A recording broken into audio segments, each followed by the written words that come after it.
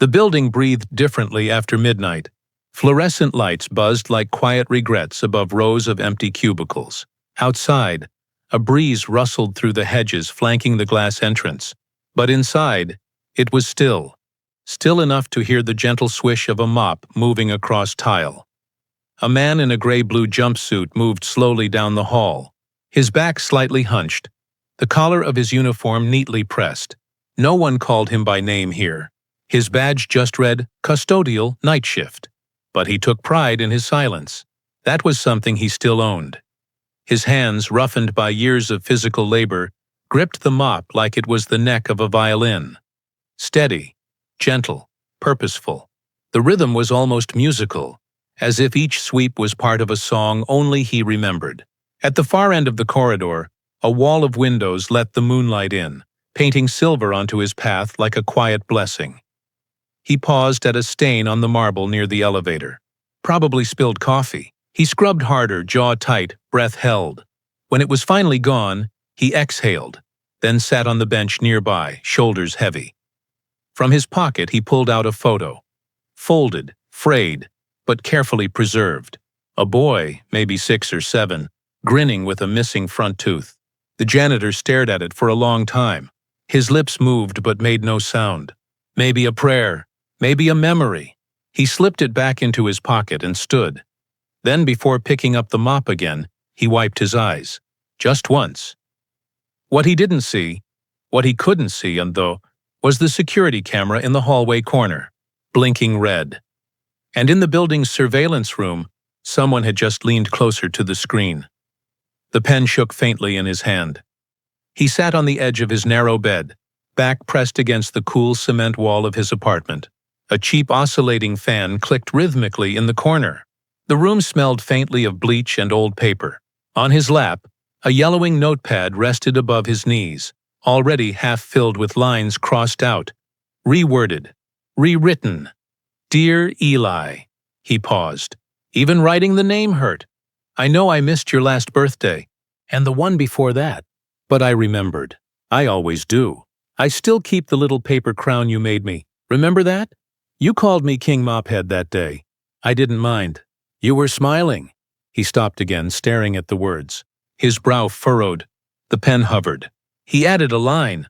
I never left because I wanted to. I left because the court said I had to. Because she convinced them I was nothing but a failure. A sigh rattled through his chest.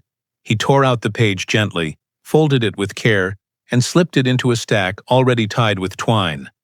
Dozens of them. Maybe more. Letters spanning birthdays, school years, Christmases he never got to witness. Everyone written by hand, signed with love, sealed with silence. He reached into the drawer beside his bed, old wood, groaning at the joints, and placed the new letter on top of the others. Then slowly he shut it. Same drawer, same ritual, every year since Eli turned 5. He pressed his hand to the closed wood for a moment. Then he stood, rubbed the ache from his lower back, and checked the time. 10:48 p.m., time to get back to work. But down the hall, in a shadowed room filled with screens, someone had zoomed in on the janitor's ID tag. Name? The woman behind the plastic divider asked, barely looking up. Thomas R. Gaines, he replied, his voice low but clear. She clicked her pen, scribbled something, and slid a clipboard across the counter. The job center smelled like cheap coffee and tired dreams. A broken clock ticked on the wall above her head, always 5 minutes slow. Experience? Custodian. 2 decades. He hesitated. Before that, teacher. She paused, finally looking up. Her eyes softened for just a second. You applying for night work? He nodded. Yeah, bills don't care what time it is. She tried a smile. Well, we've got a big corporate client expanding. 42-story tower finance firm. They're hiring overnight custodial. Benefits kick in after 6 months. You okay with uniforms? I've worn worse, Thomas said. Great. You'll start tomorrow night if you pass the background check. You got ID? He handed it over. She scanned it, typed, then raised an eyebrow. Ever worked for Elridge Group before? No, ma'am, he said without hesitation. She narrowed her eyes. That's the building you're headed to. Elridge Financial. Thomas froze, just for a second. The name stirred something, a courtroom memory maybe, a headline, a photo he couldn't quite place. He covered the pause with a cough. Shouldn't be a problem. She stamped the form, then slid it back toward him. Report to HR on floor 1. Night shift starts 10 p.m. sharp. Welcome back to the workforce, Mr. Gaines. Thomas nodded. Thank you. He left the building with a folded paper and the same walk he'd had for years. Steady, quiet, unseen. But as he stood at the bus stop and stared at the address on the form, that name echoed again. Elridge. It used to be a last name. The lobby smelled of glass cleaner and ambition. Thomas stepped in through the revolving doors, head down, toolbox in one hand, his time card in the other. The marble beneath his feet gleamed, as if no one had ever walked on it. Every edge in the building was precise, the kind of cold perfection money could buy. He scanned his badge. The glass panel clicked open. To his left, the hallway stretched wide, lined with tall silver-framed portraits. Each one showcased a suited executive against a different backlit skyline. London, Dubai, Hong Kong. Their smiles were modest, practiced. Their names were embossed in brushed metal beneath each frame. He walked slowly, mop handle tucked under one arm, eyes drifting upward. Derek Ewan, CFO. Camilla Grant, Global Markets. Elias R. Elridge, CEO. Thomas stopped. That last name again. His breath caught. The portrait was newer than the rest. A young man, early 30s maybe, sharp jawline, steel blue tie, eyes just barely tired.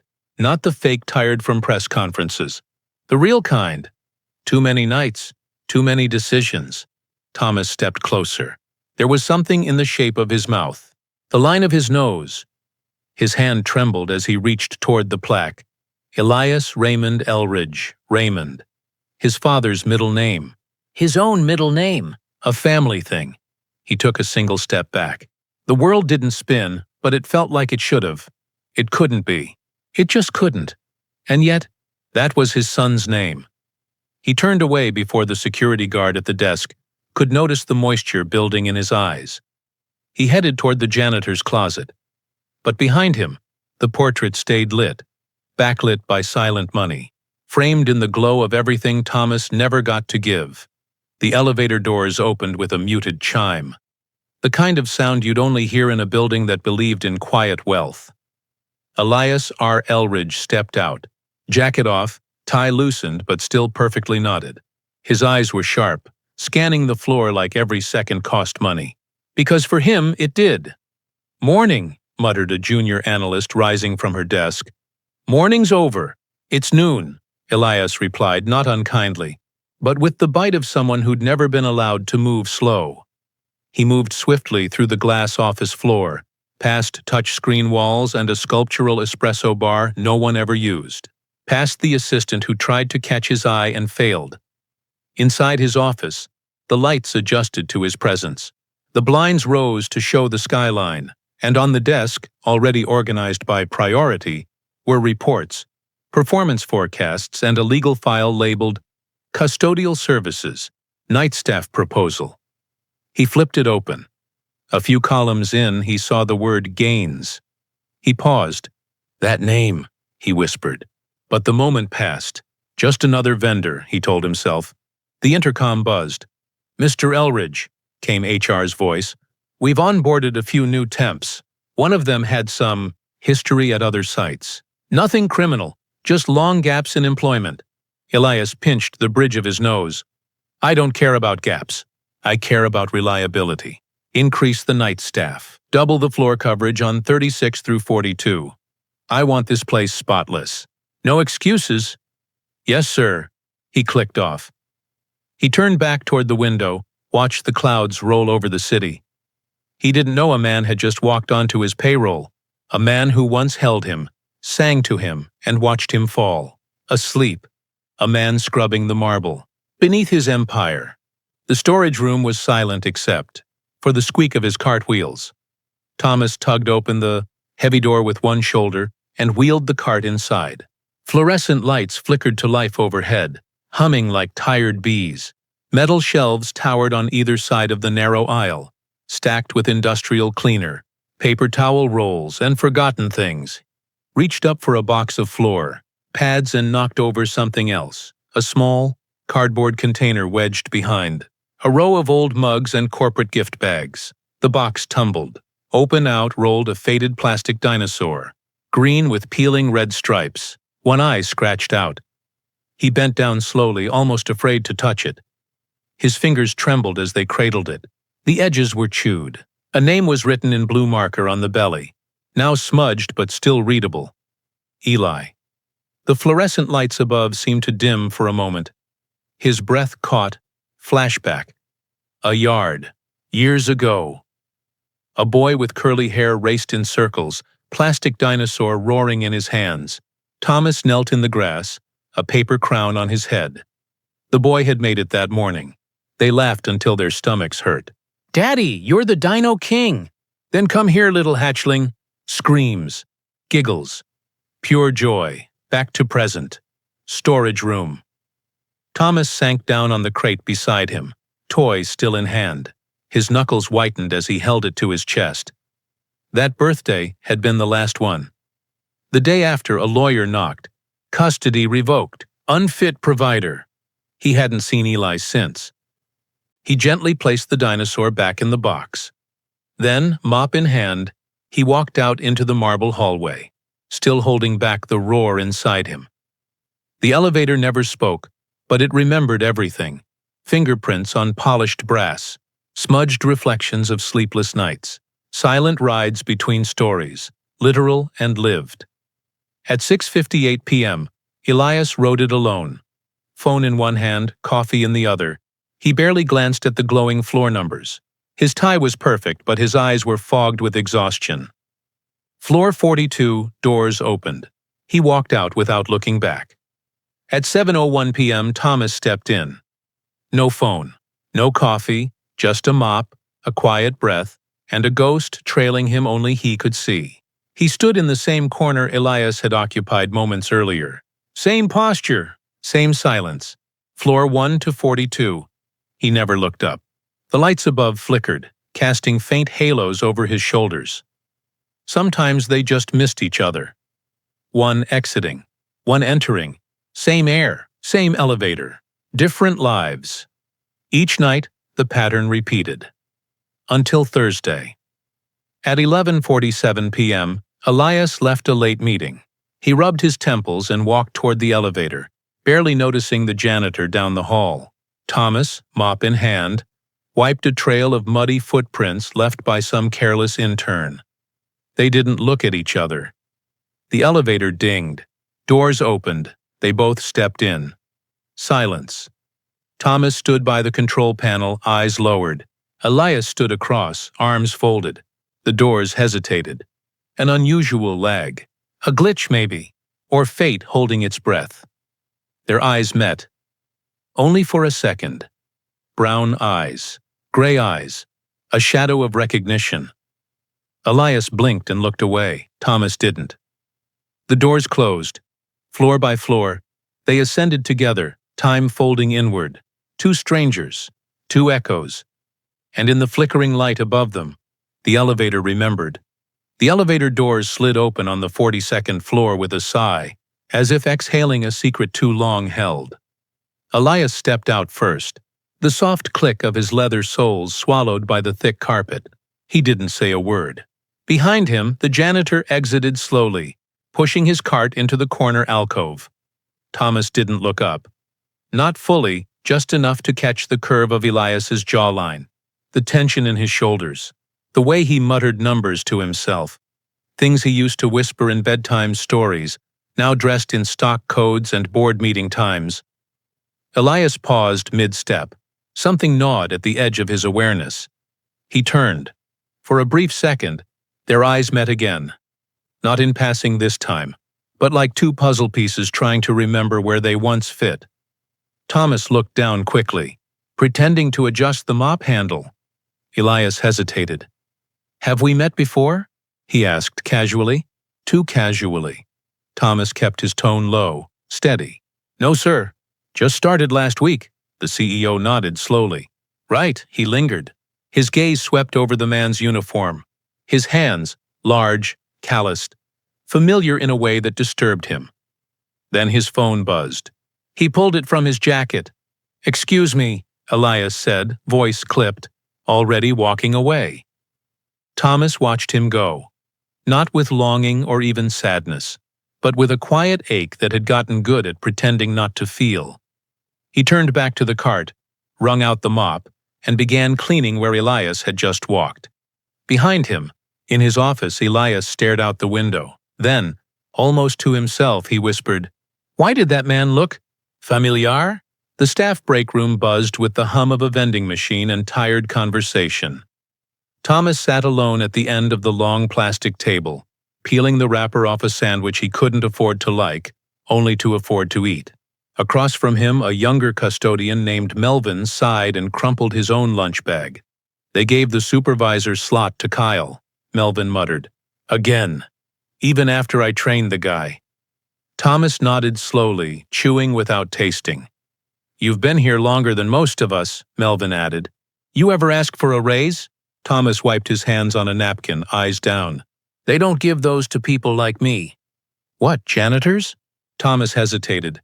"No, fathers who made mistakes." Melvin leaned in. "You got a kid?" Thomas's gaze drifted. The hum of the fridge filled the pause. "Had," he said softly. "Boy, smart as they come. Used to follow me around with a plastic broom. Helping. Called himself Junior Janitor." Melvin smiled. "Cute." Thomas reached down and rolled up his left sleeve. A jagged scar ran along the inside of his forearm. Gas heater exploded when he was 6. "I threw myself over him. Saved him. But his mother," he trailed off. "She told the courts I was reckless. That he needed stability." Melvin's brow furrowed. "They believed her?" Thomas nodded. "Took custody. Changed his last name. Moved across the city. I got supervised visits for 6 months. And then nothing." He looked down at the scar. "I see him now, but he doesn't see me." Melvin frowned. "That's rough, man." Thomas gave a small broken laugh. "I never stopped being his father. Just wasn't allowed to act like one." And down the hall, Elias Elridge scrolled past a list of staff complaints, never noticing the name that should have shattered him. The boardroom smelled like burnt espresso and ink. Elias stood at the head of the table, sleeves rolled halfway, one hand gripping the remote for the projection screen, the other tapping against a cold paper cup. "Q3 was flat because legal delayed the Elkhart acquisition," he said sharply. "I want mitigation plans by Monday. No more excuses." Executives nodded, some scribbling notes, others pretending to. An intern, Ava, moved quietly around the table, refilling water, collecting empty coffee cups. Elias clicked to the next slide. "Marketing? We're throwing $500,000 at brand repair in Asia. If it flops, we shelf the rollout. Clean, swift, no second chances." He clicked again. The screen froze. "Why isn't this?" He cursed under his breath, pressing the remote again. Ava stepped forward timidly. "I can fix the slides, sir." He stepped aside, motioning to the laptop. "Be quick." She clicked a few keys. The presentation resumed. Elias exhaled, rubbing his temple. Ava cleared her throat. "Also, your phone was ringing in your office earlier." 3 times. Elias barely looked at her. "If it was important, they'll call back." A pause. "I think it was your dad." The room went still. Elias's hand froze on the remote. Ava stammered, I only saw the caller ID, sir. Could have been a mistake. Or spam." He stared at her like the word itself had scratched an old wound. "Get out," he said flatly. She blinked. "Sir?" "I said get out." Ava turned, flustered, nearly knocking over the water pitcher as she hurried through the door. The executives exchanged glances but said nothing. Elias stood there, unmoving. He hadn't heard that word, Dad, spoken aloud in years. And somewhere, deep down in the bowels of the building, a janitor quietly picked up the spilled coffee she left behind. The break room was empty. except for a forgotten object on the windowsill. A watch, face down, strap worn thin, minute hand twitching like a wounded limb. Thomas spotted it while changing out a trash bag. He picked it up gently. The glass was cracked, not shattered. The leather band had initials etched faintly on the inside. ERE. He blinked, his fingers closed around it. Flashback, a cheap jewelry store, 1999. A young Thomas, grinning like a boy, holds a watch up to the light.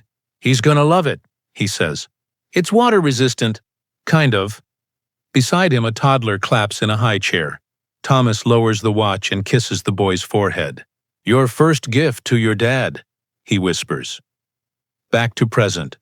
Corporate break room. Thomas sat down at the small table, hands working instinctively. He took out his old utility pouch, screwdriver, polish cloth, replacement battery he always carried for no reason but hope. He breathed slowly, popping the casing open. Click, adjust, click, glass cleaned. Hands reset, strap restitched. By the time he was done, the watch ticked smooth and clear. He wrapped it in a cloth napkin, placed it in a plain envelope, and scribbled a single note. "Time doesn't fix everything. But sometimes we can fix time. No name, no return." That night, HR delivered it to Elias's desk, assuming it was lost and found. Elias opened it between calls, expecting junk mail. The watch dropped into his palm. He froze, hands trembling, breath caught. His name, his old initials.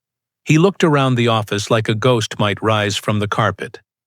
The hallway outside the executive offices was unusually quiet. Too quiet for noon.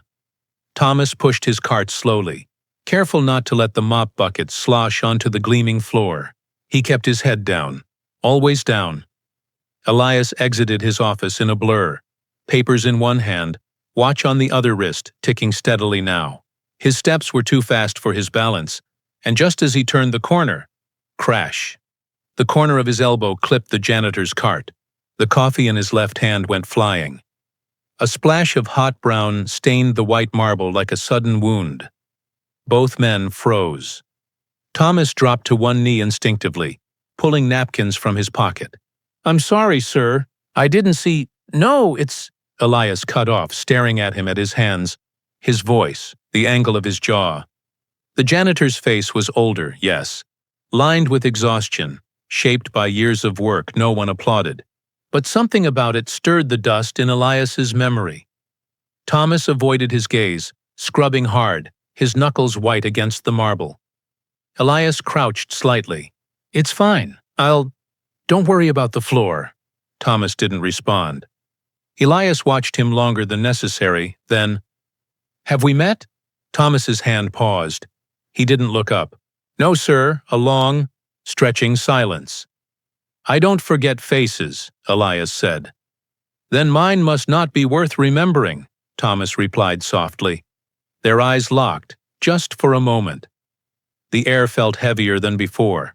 Words hovered on the edge of something larger, unsaid. But then Elias straightened, cleared his throat. "Well, thank you." He walked away, slower than before. Thomas stayed kneeling. His hands kept wiping a stain that had already vanished. The lobby was cathedral quiet after 1 a.m. Moonlight filtered through the floor-to-ceiling windows, pooling like silver water across the tile. The cleaners had gone. The lights dimmed low. All that remained was the sound of the building sleeping, and then music. Not loud, not showy, just delicate. A piano, tucked away near the far wall, untouched since the holiday party months ago, now stirred beneath calloused fingers. Thomas sat alone at the bench. No gloves, no mop, just hands that once taught children to play, now coaxing soft notes into the dark. He didn't read sheet music. He didn't need to. The melody was stitched into his bones, slow, aching, familiar. The kind of tune a father hums when a child cries at night. Each note was an apology. Each chord, a memory. In the key of regret and restraint, he let the music say what he could not. A janitor's uniform, sleeves rolled, head slightly bowed. eyes closed. He played as if the keys might forgive him. Upstairs, Elias stood near the railing of the 42nd floor mezzanine, caught in place by sound. He had come down for water. But then the music drifted upward like a ghost. He stepped closer to the glass rail, looking down. One man, one piano, no audience, no spotlight, just truth. And something in the melody twisted the center of his chest. He gripped the railing. That tune. He didn't know the name, but he knew how it made him feel. Warm, safe, small again. He turned to leave, but not before whispering aloud, just to himself, "Why do I know that song?" And below, Thomas never looked up. He just kept playing. Because some things, once broken, could only be voiced in music. Elias sat in his office the next morning, blinds drawn halfway, untouched coffee cooling beside a stack of untouched reports. But his mind wasn't on the merger. It was on the melody. He hummed it softly, trying to chase its shape. Slow, swaying, almost like a lullaby, but older. Rawer flashback. A small bedroom years ago. A boy curled beneath cartoon bedsheets, clutching a worn dinosaur plush. A man, young, tired, but gentle, sat beside him on the edge of the bed. The man hummed softly the same tune. No words, just rhythm. "Again," the boy said sleepily, and the man smiled. "Okay, little man. Just one more time." Back to present. Elias's office. Elias blinked, shaken from the memory. He hadn't thought about that night in decades. He rubbed his temples, whispering the tune again. His fingers tapped it out on the desk. 4 notes, then a pause. 4 notes, then. The office door opened. It was Ava, the intern he'd snapped at days ago. I brought the quarterly summaries you asked for," she said carefully, as if approaching a lion still licking old wounds. He nodded, not looking up. "Just leave them." She hesitated. "Is everything okay, Mr. Elridge?" He didn't answer at first, then, "Do you believe in muscle memory?" Ava blinked. I guess? Even when your mind forgets," he murmured, "your body remembers." She nodded slowly. Retreating. Elias turned back toward the window. Staring out across the skyline, he whispered almost involuntarily, "My dad used to hum that." A long pause. "But he's dead to me." And behind him the silence didn't disagree. The staff lounge always smelled faintly of reheated noodles and despair. It was just after midnight, and most of the building slept in fluorescent silence. But inside the lounge, Thomas sat at the far end of the table, sipping lukewarm tea from a paper cup, his mop propped in the corner like a tired old soldier. Across from him, Melvin tore open a bag of chips. "You play piano?" he asked casually, voice muffled by crunching. Thomas gave a faint smile. "You heard that?" "Whole floor heard it," Melvin chuckled. "Man, we thought it was a ghost." "You got skills." "Used to teach," Thomas said, voice low. Before life got expensive," Melvin nodded. "You any good?" "I was," Thomas said simply. Silence stretched between them. Then Melvin leaned in. "Look, this might be out of line, but that guy on the top floor, the CEO. You ever notice? You kinda look like him?" Thomas didn't flinch. "Didn't blink?" "I noticed." Melvin laughed, but it faded fast when Thomas didn't join him. "You know him?" A pause. Thomas set down the cup carefully. "He's my son," he said. Melvin blinked. "No, seriously?" Thomas nodded. "Wait, so he doesn't know?" Thomas looked at the floor. "No, and I'm not planning to tell him." Melvin stared. "Why the hell not?" "Because I'm not here for closure," Thomas whispered. "I'm here because I wanted to see who he became, even if it's from the shadows." Melvin shook his head, awestruck. "That's gotta hurt." Thomas smiled, but it didn't reach his eyes. "Some kinds of love are quiet." He stood, gathering his things. "He doesn't even know I work for him." And with that, he left the lounge, just as someone in security pressed pause on the camera feed outside that very door. The glow of the security monitors painted the control room in cold blue. Jared, the overnight guard, yawned as he cycled through the camera feeds, empty hallways, sleeping server rooms, janitors quietly passing through unnoticed spaces. He tapped his pen on a half-eaten donut, then froze. One of the feeds caught his eye. Break room camera. Two men talking. One of them, the older one, sat still for a moment, then looked straight at the camera. Not in defiance. In silence. Jared squinted. He leaned in and hit rewind. Watched again. The man's face. Lined. Familiar. He ran a facial rec query for fun. Match. Thomas R. Gaines, employee file said, custodial temp, clean sweep staffing. But that's not what stood out. Jared clicked through another file. Corporate archives, court documents, custody appeal, Elridge vs. Gaines. Father, Thomas Gaines. Child, Elias Raymond Elridge. He dropped his pen. 30 seconds later, the CEO's assistant, Natalie, was woken by a phone call. She rubbed her eyes. It's 1:12 in the morning, Jared. You're gonna want to see this, he said. Check your email. Now. Minutes later, Elias sat in his office in his undershirt, cup of water sweating in his palm, watching the same footage. The janitor, sitting across from another man. Quiet, calm, smiling in the saddest way. He rewound, paused, zoomed in. His face, that jawline, the way he held his hands. And then the photo. A childhood photo Elias kept tucked in his desk. Same eyes. He stared at the screen, heart pounding like a drum in a storm. Then, without looking away, he said, "Find out who he is." The next morning, HR was quiet in the way expensive offices get when something's gone wrong. Natalie stood by the window, arms folded, watching the city breathe below. Across from her, Elias sat at the polished conference table, his coffee untouched. The morning sun cut clean lines across the table, but nothing warmed the room. "Say it again," he said, voice low. Natalie hesitated. Then, reading from the file in her hand, Thomas R. Gaines, hired 3 weeks ago through Clean Sweep Staffing, age 62, former occupation, music teacher, multiple part-time janitorial contracts over the last decade, no criminal history, no health flags, no direct complaints. "That's not what I meant," Elias said. His eyes narrowed. She swallowed.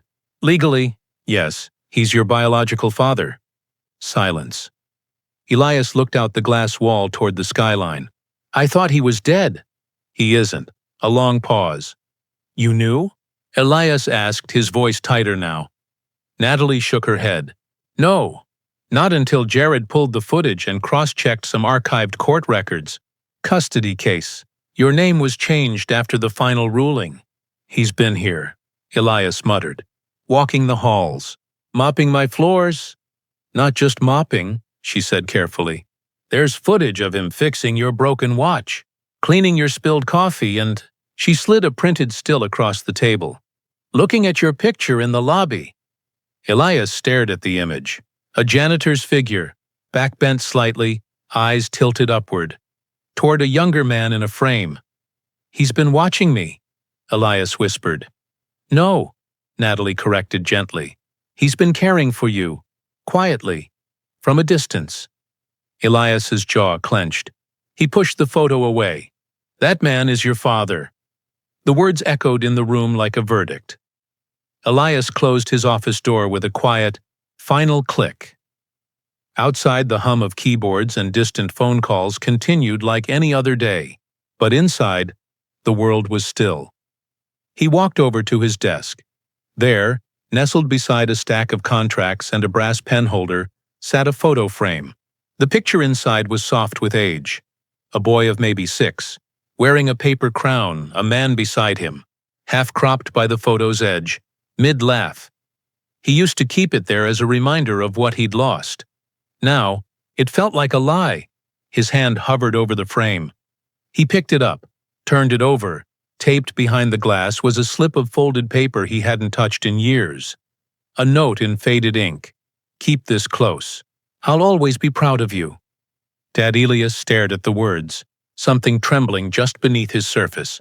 Then, With sudden precision, he opened the frame, pulled the photo out, and dropped it into the bottom drawer of his desk. He closed the drawer slowly, deliberately. Then he sat in his chair, the one his team had custom-built to ease the back pain success always brings. He leaned back. The leather creaked beneath his weight. Staring out the window, he muttered, "He doesn't get to come back now." And beneath him, 41 floors down, a janitor scrubbed dried footprints from a marble tile. The same tile the boy in the photo had once danced across. Unseen, unheard, unforgiven. The knock was sharp, too sharp for a broom closet. Thomas looked up from where he sat on an overturned crate, thermos of tea in hand. The mop leaned against the far wall. His knees ached, but it wasn't the physical kind of pain tonight. Another knock, faster this time. He opened the door slowly. Elias stood there. No blazer, no tie, just a button-down shirt, sleeves rolled, eyes dark with something he hadn't let himself feel in years. They stared at each other in a silence that had lasted 2 decades. "You shouldn't be down here," Thomas said softly. Elias stepped inside without asking. The door closed behind them. "This where you've been hiding?" Elias asked, voice low. "Among cleaning supplies and old lunch trays?" Thomas didn't respond.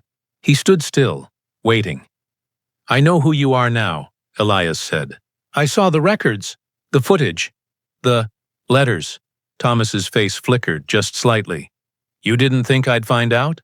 "I wasn't trying to be found," Thomas said. "Then why show up here? Why this building? Why now?" "I didn't plan it that way." "You didn't plan anything," Elias snapped.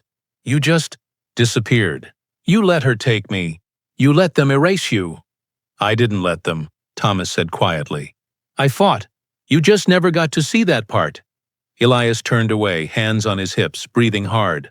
Thomas stepped closer. "You think I wanted to mop your floors instead of hold your hand? I lost everything, and I still came here, just to see who you became." Elias turned back, voice shaking now. "Then tell me this." His eyes burned into his father's. "Why didn't you fight harder for me?" Thomas had no answer, only grief. The silence after Elias's question was a wound neither could close. Thomas leaned against the shelf, eyes distant. "I tried," he said quietly. "Your mother, she was smart. She knew what to say in court, knew what buttons to push." "You could have taken it public," Elias said. "Fought harder, louder. I didn't want to drag you through that." Flashback. Courthouse. Years ago. A younger Thomas stands in a suit too big at the shoulders, across from a polished lawyer with perfect posture. The judge reads the custody ruling aloud. Thomas's lips move. "He's my son." The gavel falls. Across the courtroom, a woman whispers something into a small boy's ear. The child won't look back. Back to present. Storage closet. "I showed up to birthdays you never saw," Thomas continued. "I left gifts you never opened. I wrote letters the court returned unopened. She made sure you thought I gave up." "I thought you didn't care," Elias said, voice cracking. "I thought I wasn't enough." "You were always enough," Thomas whispered. Elias shook his head. "Then why let me grow up thinking my father just vanished?" Thomas's throat worked around an apology that had lived there too long. "I was scared," he admitted. "I thought I'd make things worse. I thought staying away was the only way to protect you." A pause. Then Elias stepped back, his voice colder now. "You don't get to rewrite the story just because you're sorry." Thomas reached out, but Elias pulled away. "Too little," Elias said, voice low. "Too late." He turned and walked out, not fast, not slow, just final. And for the first time since stepping into that building, Thomas didn't try to follow. He just sat back down on the crate and stared at the floor, where his shadow used to stretch long enough to cover them both. The company-wide memo hit inboxes just after 2 p.m. Subject: Custodial Staff Realignment.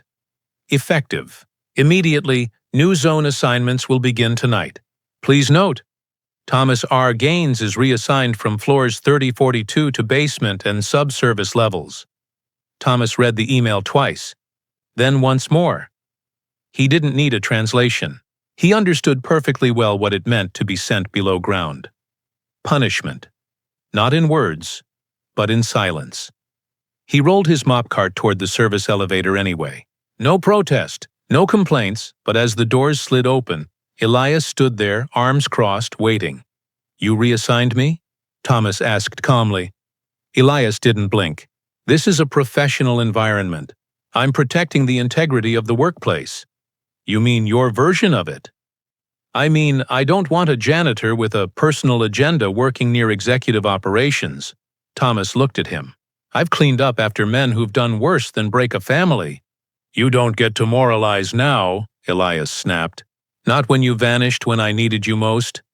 "I never vanished. You disappeared in every way that mattered," Elias said.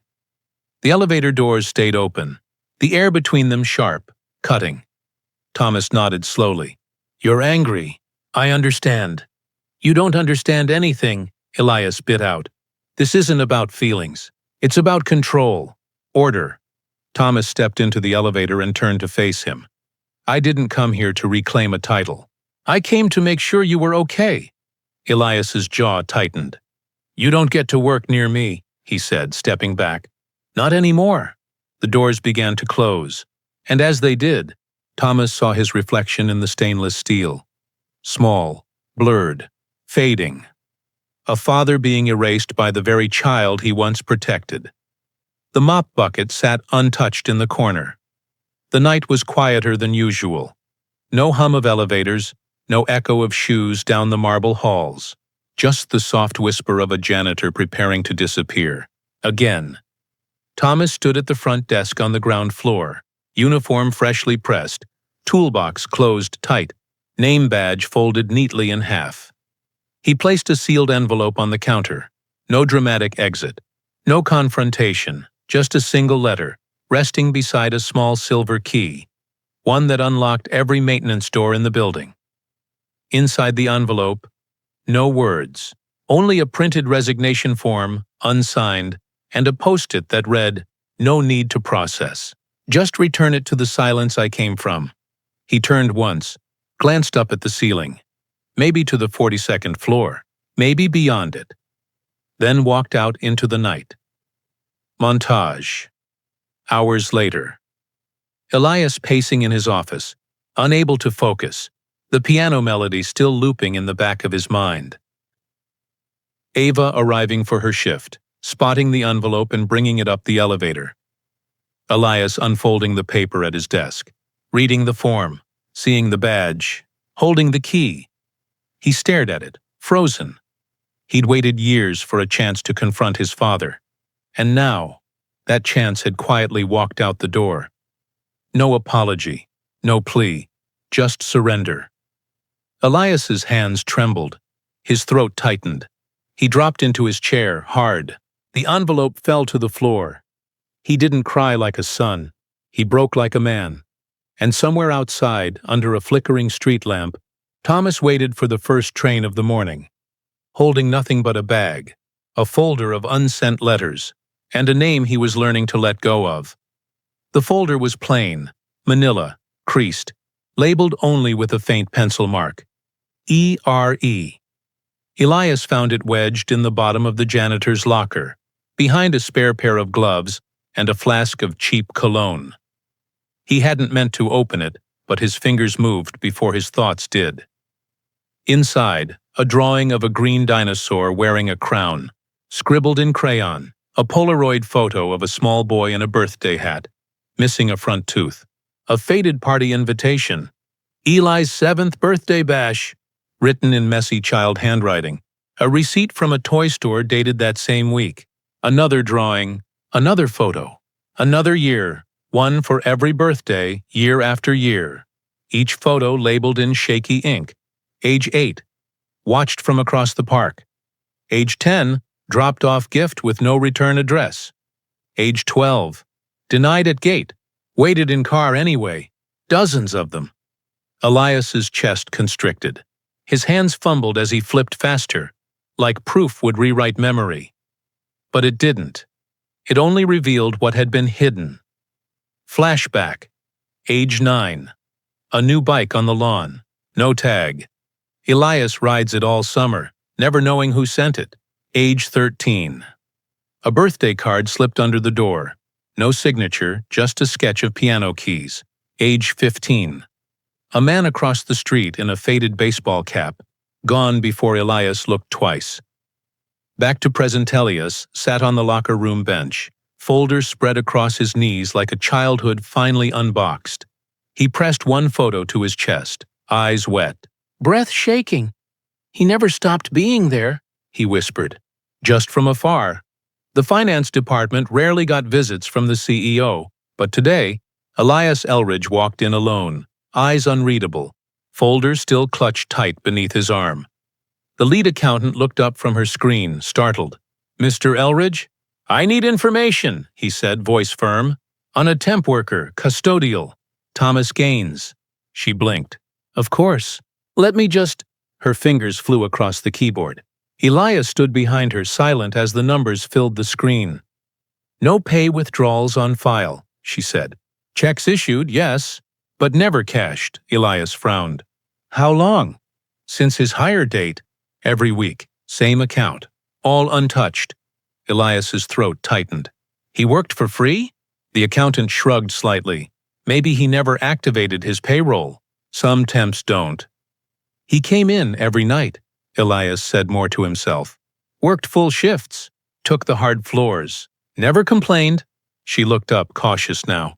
Was there a problem, sir? Elias didn't answer. Instead, he turned and walked out, folder pressed tighter against his chest. Montage. Elias passing a janitor's closet, now empty. Light off, mop still leaning in the corner. Watneri.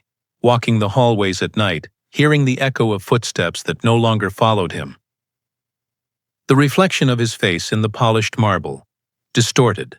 Lonely. Back in his office, he sat down, opened the folder again, and stared at the photo labeled Age 16, watched from the gallery during your first speech. He whispered, Why didn't you say something? Then, almost like an answer. He just wanted to see me grow. And suddenly, all the polished glass, perfect suits, and title plates meant nothing beside a mop. No one had noticed was missing. The church sat quiet on the edge of the city. Old stone, chipped steps, and a steeple that scraped the sky like it had something to apologize for. Elias stood at the gate, unsure if he should walk in, but there, beneath a rusting lamppost and beside a crooked tree that never grew straight, sat a bench. And on it, Thomas. Same uniform jacket, different posture. He didn't look tired anymore, just still. Elias approached slowly, shoes crunching over gravel. Thomas didn't look up. I figured you'd find me eventually. Elias sat beside him. Not close, not far. They said nothing for a while. A breeze passed. The tree above them rustled like an old hymn trying to remember the words. Elias finally spoke. Why here? Thomas's eyes stayed forward. This is where I used to come after I'd miss your birthdays. I'd sit right here, close my eyes, and pretend I was still part of your life. Elias swallowed. You had a folder. Thomas nodded. Every year I added something. Why not tell me? Write me. Fight. I was ashamed, Thomas said. Ashamed of how small I'd become. How much I couldn't give you. So I gave you distance instead. Thought it would hurt less. It didn't, Elias said. Thomas looked at him then. I know. Another silence. Then Elias whispered, I'm not here because I'm ready to fix this. I didn't expect you to be. I'm not here to forgive. Thomas nodded. Accepting that. Elias's voice broke slightly. I came to understand. Thomas exhaled softly, like a man who'd held his breath for 20 years. The church bell rang in the distance, soft, hollow, holy. And for the first time they sat side by side in silence that didn't ache. The HR records room was colder than it needed to be. Fluorescent light flickering overhead, old personnel files stacked in alphabetized bins like forgotten lives waiting to be remembered. Elias stood beside Natalie, flipping through a slim folder marked Gaines. Thomas R. This can't be all of it, he murmured. Natalie frowned. That's the complete employment file we have. He didn't share much. Elias pulled out the thin stack of documents. Resume, intake form, emergency contact, none listed. He turned over the back page. Something was stapled there. Yellowed newspaper clipping, barely hanging on. A headline from 1994. Local music teacher wins state choir championship with inner-city kids. Elias's brow furrowed. That's him? He asked. Natalie peered over his shoulder. Yeah, Thomas Gaines. He was kind of a legend back then. Before the funding cuts. Before he disappeared. Elias flipped through more pages. Photos of middle school students. Handwritten notes from kids. Thanks, Mr. G, for teaching me how to sing without fear. You said my voice mattered. I believe you now. He read them in silence. Then, why would a man like that become a janitor? Natalie gave a small, sad smile. Sometimes life takes everything. All that's left is who you still choose to be. She placed a single sheet on top of the pile. It was a termination. Notice from the school district. Dated 1 year before Elias's. Mother filed for full custody. Budget. Cuts. Downsizing. No severance. He looked up slowly, eyes glassed. He cleaned your floors, Natalie said softly, but he used to raise choirs. Elias stared at the words, his voice quiet but breaking. I don't know which version of him hurts more. The sublevel. Hallway echoed faintly with the clumsy melody of a child learning the piano. Room B12, once a dusty, multi-purpose storage space, had become something else. Thomas sat beside a girl no older than 8. Her fingers hovered over the keys, hesitant but curious. Her backpack sat in the corner, janitorial patch sewn onto the strap. Her mother's. Breathe, Thomas said gently. Like you're blowing air into the music. Not forcing it, she tried again. One note, then another. A wrong one. She winced. That's okay, he said with a small smile. Wrong notes are part of it.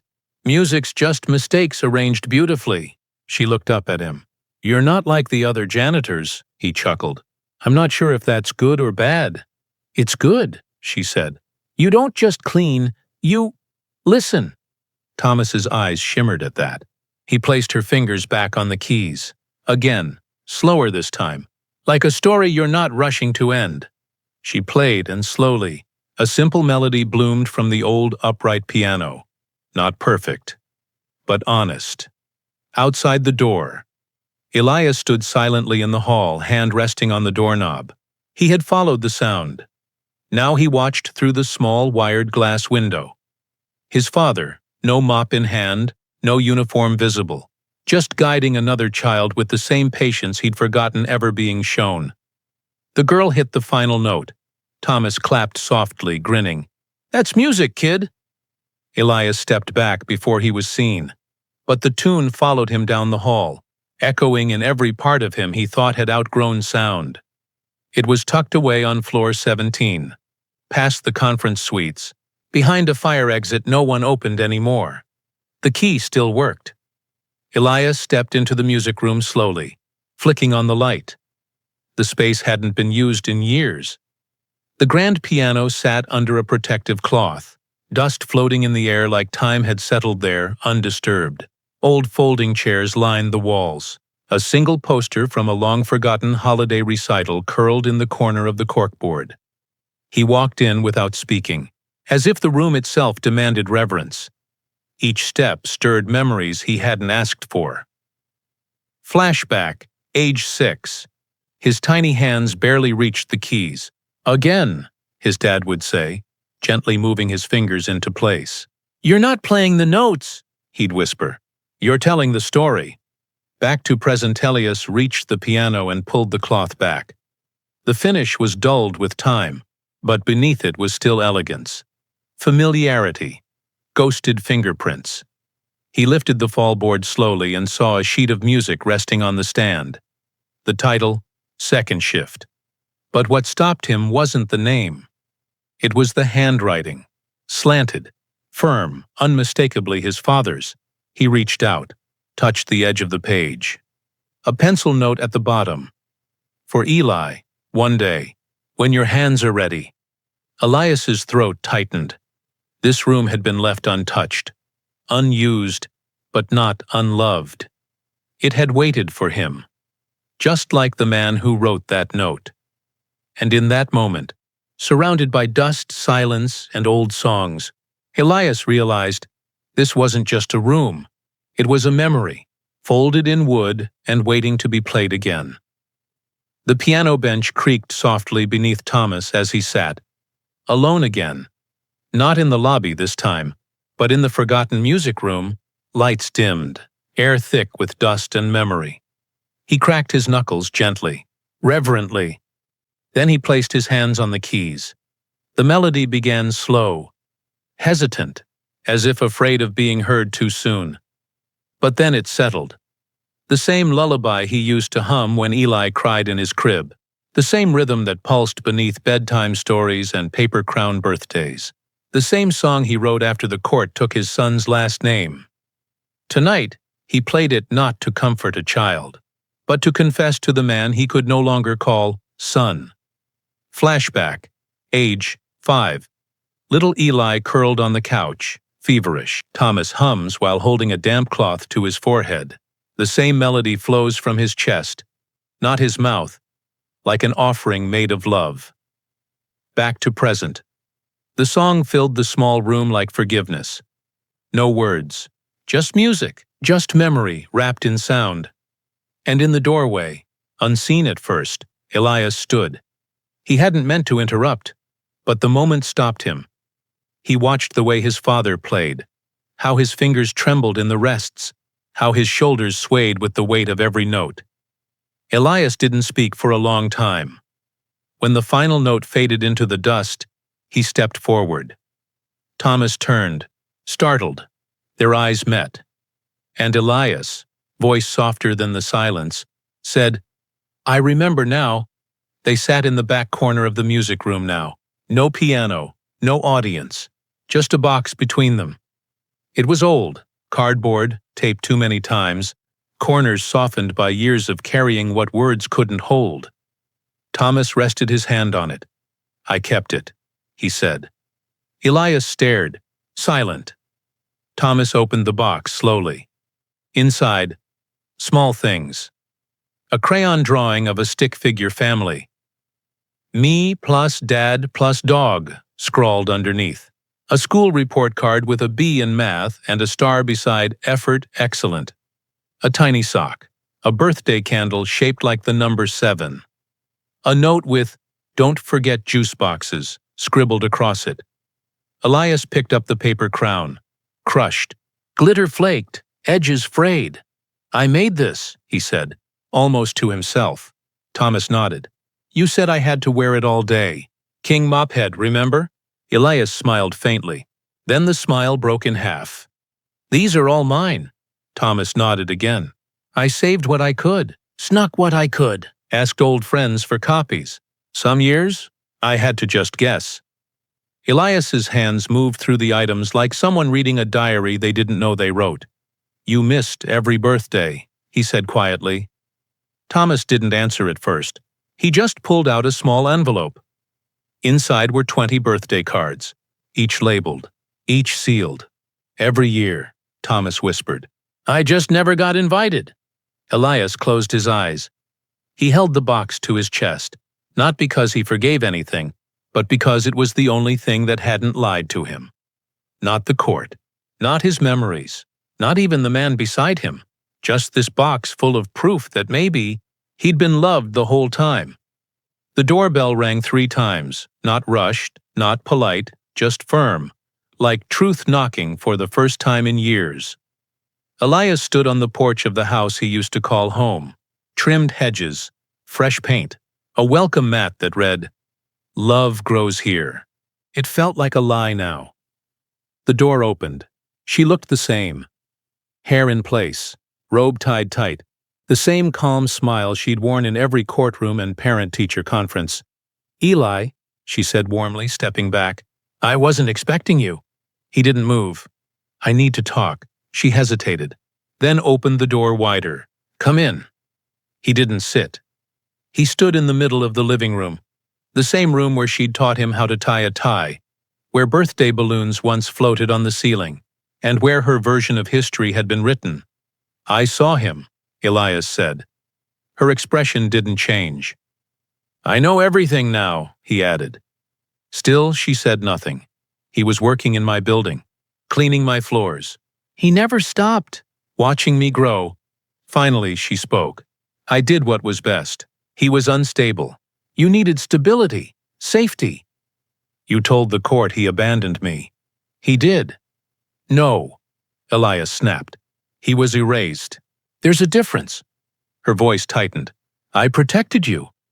No, you programmed me, he said, voice rising. You rewrote our story to make him the villain. You made me forget someone who never stopped remembering me. She folded her arms. You turned out successful, strong. You're the man you are because of what I did. Elias stared at her. No, he said. I'm the man I am despite it. He turned for the door. You got your perfect son. He opened it. Now I want my imperfect dad. The janitor's closet was empty now. No mop. No name badge. No folded uniform hanging on the hook.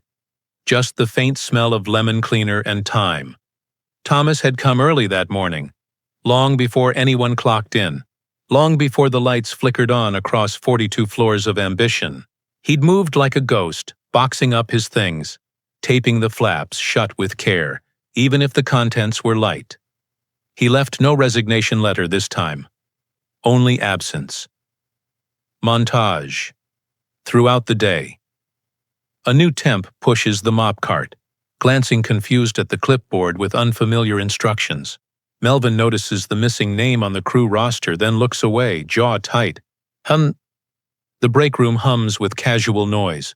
No one mentions Thomas. No one asks. No farewell email. No send-off, just a silent transition. Forgotten, like most quiet men are when they finally stop showing up. But on the janitor's desk in the basement, where the time cards used to stack, sat a folded sheet of office paper. Handwritten, one line. Thank you for showing up, even when no one saw you. E.R.E. Thomas would never read it. But maybe that was okay. Maybe that was the point. Upstairs, Elias sat at his desk, eyes on the clock. The day moved on. Meetings resumed. Coffee brewed. Stocks dipped and climbed. But in the quiet moments, between emails, between decisions, Elias felt it. A silence different than before. One that wasn't just the absence of noise, but the absence of a man who'd once swept the floor beneath him and left behind more than clean tile. The elevator opened with its familiar hush. This time, Elias held the door. Thomas stepped in slowly. Not in uniform, not with a mop, not hunched by exhaustion, but upright, in a simple buttoned shirt, clean-shaven, weathered, but whole. They didn't speak right away. The doors slid shut. The numbers began to climb. Floor 1. Floor 2. You always stood in the back left corner, Elias said softly, eyes forward. Thomas gave a faint smile. Habit. You used to wait until I got off before you got on. I didn't want to be seen. You were. The silence held. But it was different now. Not thick with pain, but stretched between two men trying to build something from splinters. Elias looked over. Thomas looked back. They weren't father and son in that moment. Not yet. Not fully. But they were two people finally choosing to ride the same elevator, at the same time, in the same direction.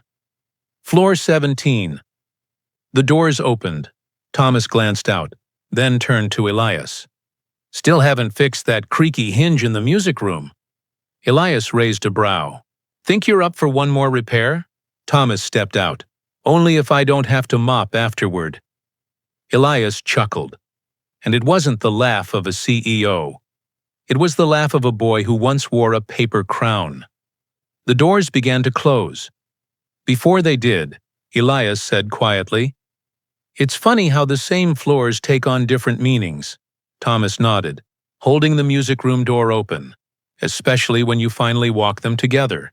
And for the first time in years, the elevator didn't separate them. It delivered them, side by side. The company lounge had never been this full. Not for budget meetings, not for quarterly wins, not even for champagne on New Year's Eve. But tonight, the lights were dimmed. Folding chairs faced the center of the room, where the old upright piano from storage had been rolled out, keys polished, lid open like a quiet invitation. No one knew why they'd been asked to gather. Just that the CEO said, "Come, you'll want to hear this." Thomas sat on the bench, alone at first. No uniform, no name tag, just him. And the piano. He rested his hands on the keys, took a breath, and began. The music wasn't loud. It didn't need to be. It was tender, steady, like rain against a window on the kind of night you can't sleep. It swelled slowly, folding into itself, rising with something more than melody. A story, a timeline, a life. Somewhere in the second verse, you could hear childhood, a boy's laughter tucked between G and E minor. And later, you could hear loss, the weight of silence in the left hand. Elias stood at the back of the crowd, arms crossed, heart open. Then, without a word, he walked forward. Thomas didn't stop playing. Elias sat beside him on the bench, placed his right hand on the higher keys. Together, father and son played. No sheet music, no rehearsal, just memory, just love. Finally unmuted. The crowd didn't clap. Not yet, because sometimes silence is louder than praise. Thomas didn't look at his son. He didn't need to, but his eyes welled as their hands moved in sync. Not perfect, not polished, but united. And for the first time, the janitor didn't feel small, he felt seen. The sun poured through the diner window like warm syrup. It was one of those places frozen in time. Sticky booths, a jukebox that never worked, and a waitress named Carol who'd been calling strangers honey for 30 years. Thomas sat at the corner table, flipping a pancake that sizzled on the griddle built into the tabletop. Elias sat across from him, elbows on the formica, coffee steaming between them. No suits, no spreadsheets, just 2 forks, and a second chance. "This place hasn't changed," Thomas said, glancing around. "You used to take me here after music lessons," Elias said. "We'd split one pancake and call it dinner," Thomas chuckled. "We were broke, but you never noticed." "I thought it was a tradition," Elias smiled. "It was," Thomas said, "even if it came from necessity." They ate in easy quiet for a moment. No pressure to fill space. Just the rhythm of forks and butter knives. Syrup drizzling. Time mending. "I used to hate Sundays," Elias admitted. "After the divorce, it was the day I noticed your absence most." Thomas nodded, eyes down. "I never stopped feeling it either." "You ever resent me?" Thomas looked up. "Never." Elias studied him for a beat. "Then let's make a new Sunday tradition." Thomas raised an eyebrow. "Pancakes?" Elias grinned. "Pancakes. Every week. No more missed birthdays. No more excuses." They clinked coffee mugs. The bell above the door rang as another family entered. For once, Elias didn't glance at his phone, didn't rush the moment. He took another bite and laughed under his breath. "What?" Thomas asked. Elias shook his head, smiling. "I didn't know pancakes could taste like forgiveness." And that morning, something sweeter than syrup settled between them. Not perfect, but real. The Elridge Group annual retreat had never seen a moment like this.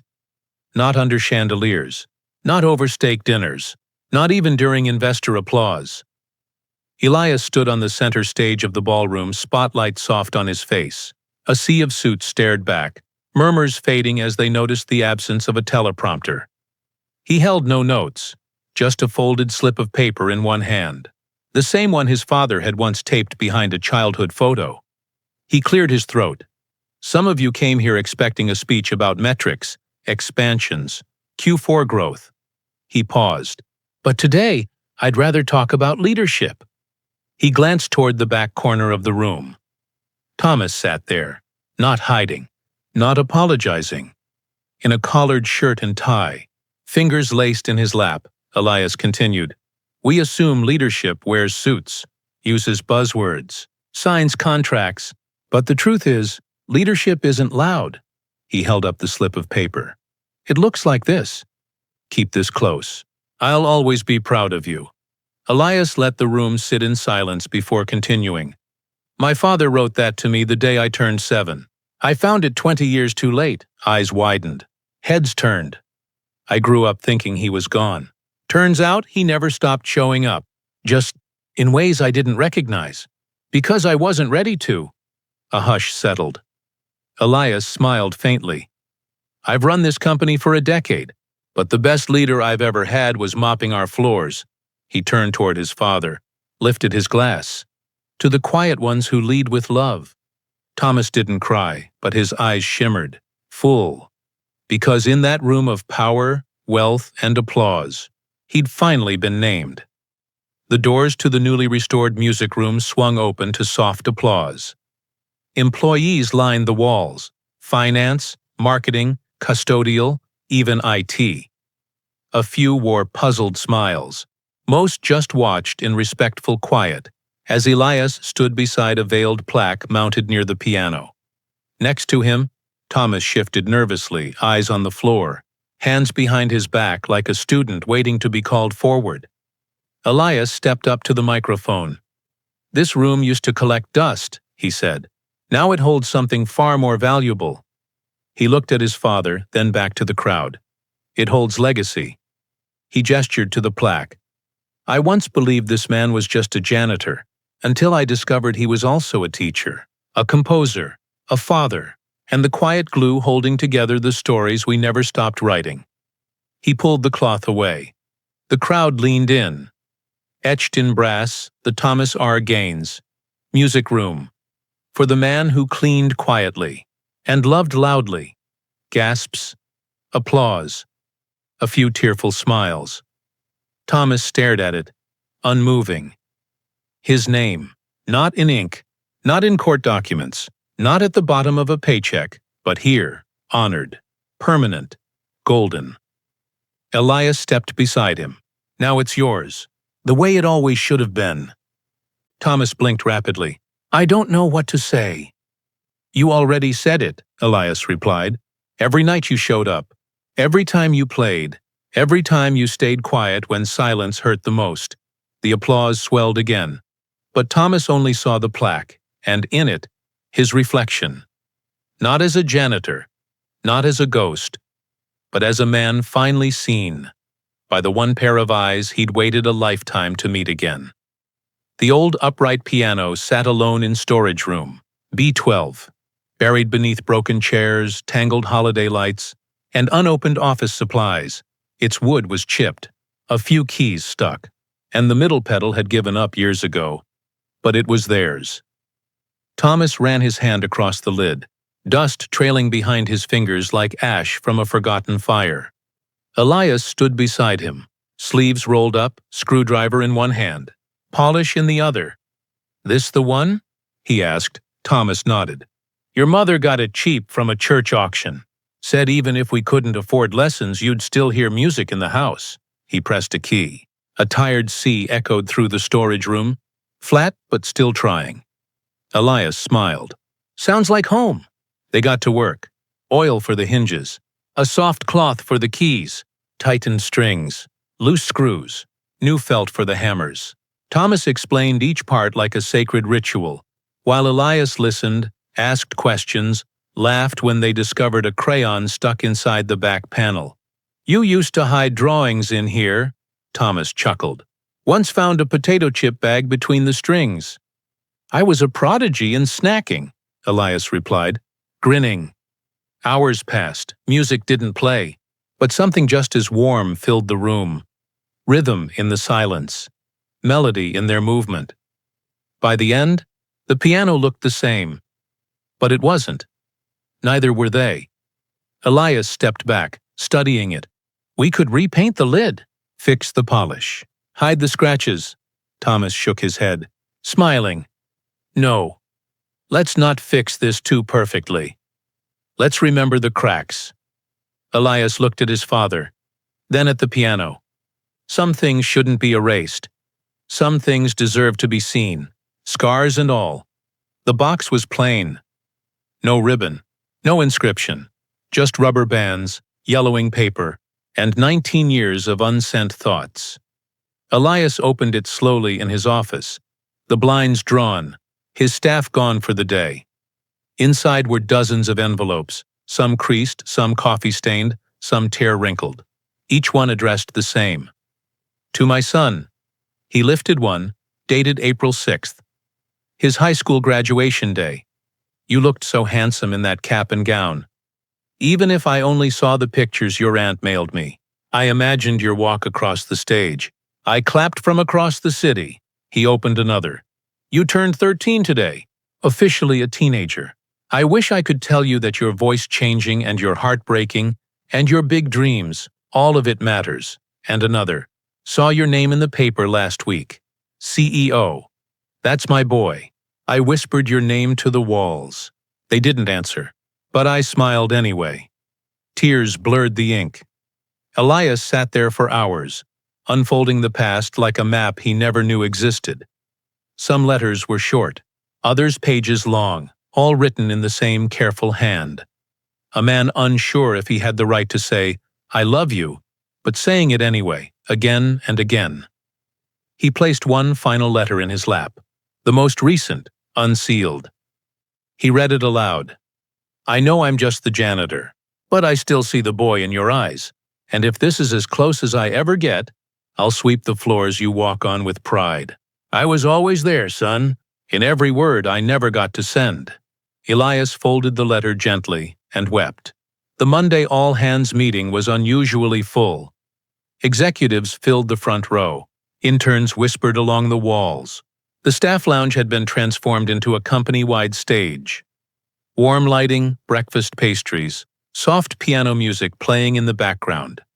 Elias stepped to the microphone. I know we're used to launching new products, new branches, new campaigns, he began, scanning the room. But today, we launch something else. He gestured toward the screen behind him. The Harmony Initiative. Slides clicked. Wellness programs. Employee creativity grants. After-hours music sessions in the newly restored music room. And at the center of this, he continued, is someone whose story taught me what leadership really looks like. Not from an office, but from the shadows. He paused. Some employees looked around, puzzled. Today, I'm proud to announce our new Director of Music and Emotional Wellness. Someone who's already been healing us, long before we noticed. From the side of the room, Thomas stepped forward. Dressed simply. No tie, just quiet dignity. For a moment the room froze, then applause erupted. Not polite, not performative. Real, the kind that starts slow, then rises. Like people realizing they've just witnessed something holy. A janitor, now leading hearts, not just cleaning hallways. Thomas approached the podium. I'm not used to microphones, he said, voice low, but I am used to showing up, even when no one sees you, even when you're not invited. Elias put a hand on his shoulder. Steady. Turns out, he added softly, healing isn't corporate, it's creative. The crowd stood, and Thomas smiled. Not because he'd earned applause, but because, finally, he hadn't had to earn love. The old piano sat in the center of the newly dedicated music room. Same scuffed wood, same squeaky pedal, but now polished with memory and meaning. Thomas sat on the bench, a notepad in hand. Beside him, Elias scribbled notes with a mechanical pencil, tapping the eraser against his chin like he used to do in math class. They weren't saying much, but they were writing everything. No lyrics, just notes, chords. Phrases passed back and forth like folded paper, airplanes between generations. Thomas played a soft melody, a progression, in C major that hummed like bedtime. Elias added a dissonant chord, minor, unexpected. Thomas blinked, then smiled. "That's the part where you left," Elias said softly. Thomas nodded. "And the next part, where I stayed, just not how you needed." The piece began to take shape. Not perfect, not polished, but real, raw, a lullaby stitched with ache and reunion. They called it Second Shift, a title that meant more than labor hours. It meant second chances, a second life, a second try at being what neither of them got to be the first time around. That evening, Elias brought in a small camera, no professional lighting, just two hands on a keyboard, father and son. Side by side, they played without speaking, letting the keys say what letters couldn't, letting silence speak the apology neither had mastered in words.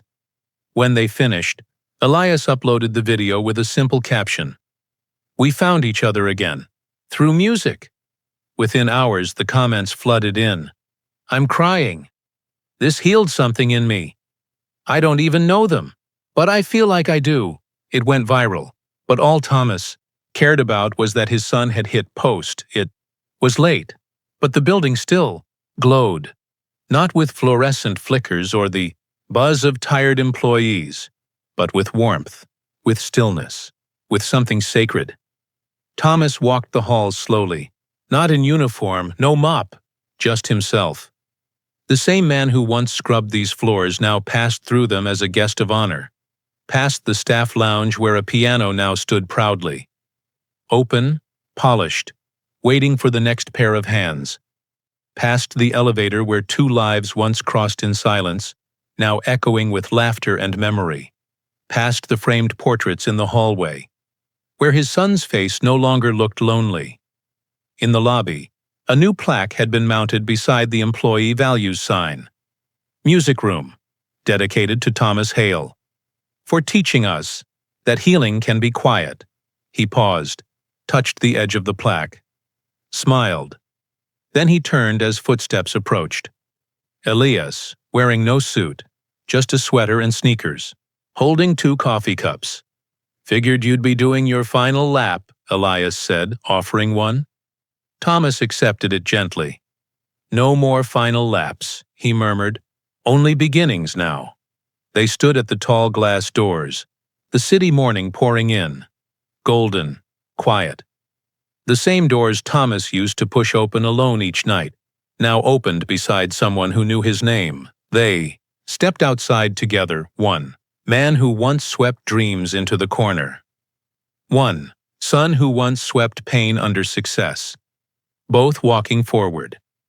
The lights inside the building dimmed behind them, but not off. Not anymore.